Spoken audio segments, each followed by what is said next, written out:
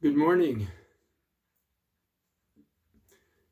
When the Tibetan master Atisa left Tibet, he went to Indonesia, where he met a great master, a Hindu master no less, that provided this great Buddhist with two of the most powerful weapons against ignorance, innate ignorance in human beings,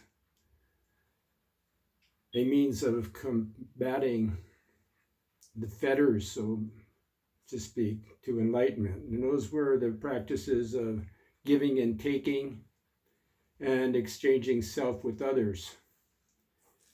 And this great master transmitted these teachings to Atisa. Atisa brought him back to Tibet and spread throughout India and all of Mahayana Buddhism.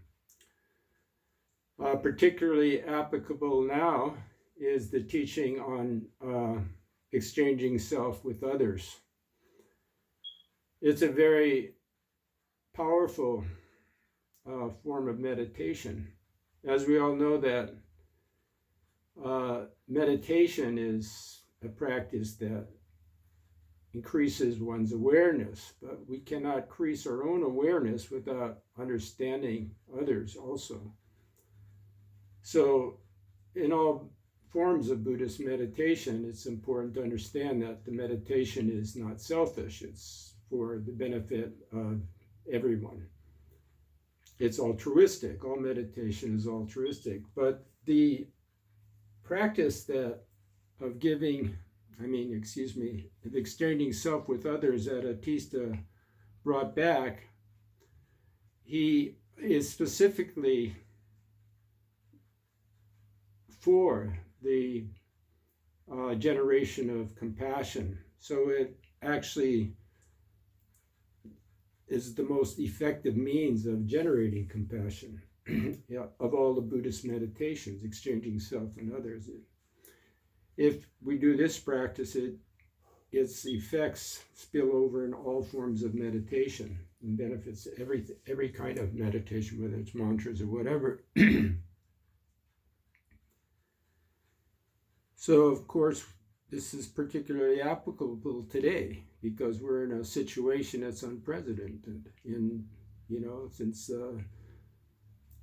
the Holocaust. And there's many like myself that are just feeling helpless. And, like with our hands tied behind our back, what can we do? But we can do something. We can listen to the news and then internalize that news by doing the practice that Atisa learned from Sirlingpa. And that is the practice of exchanging self with others. So all it is doing many of practices in Buddhism, all forms of meditation are basically taking things that we do that everybody does, whether they're Buddhist or atheist, and that's basically using human behavior, and finding what's good in it and expanding on it. All meditation is like that. So colloquially, we say, put yourself in someone else's shoes. Everybody's heard that. So the only difference between what everybody knows, like we all have heard that expression, we've all done it ourselves. And it's something we all know about. And so what's different between that, what everybody talks about when they say put yourself in someone else's shoes, that Atista learned from Sirlingpa, is that in the practice of exchanging self and others, you expand that so that you basically put yourself in someone else's shoes to the point where you really believe you're that person.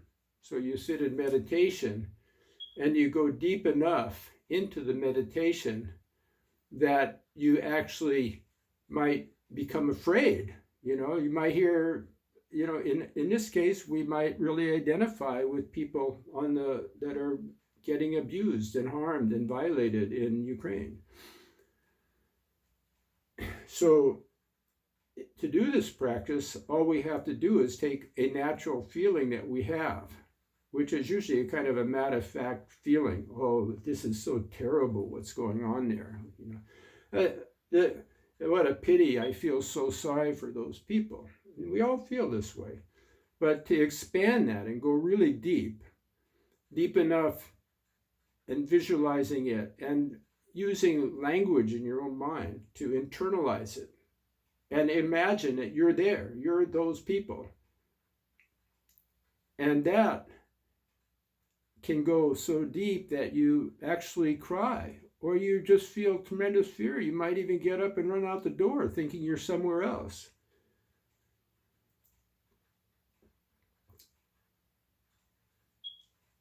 If you can do that, then if you can really generate that kind of response, or maybe you cry, you feel that it's your own daughter you lost, or your own life you lost, and you're just in tears, and you actually exchange yourself for someone else. You put yourself in someone else's shoes until you really feel it, and you get some uncommon reaction from yourself. That's not what you usually feel.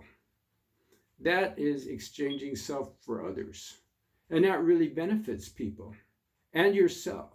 And that's what compassion is all about. What's the altruistic aim of all Buddhist meditation. So try it. It's the most productive thing we can do for ourselves and other people, is this practice, internalizing and going deeply into it, into our feelings, not allowing just superficial dust to, float through our minds and muse about the news, so to speak, but rather internalize it, take the news deep inside. Imagine, your daughter or your father, your grandparent is there in Ukraine, and really feel it. Feel it deeply, and that's where it's at.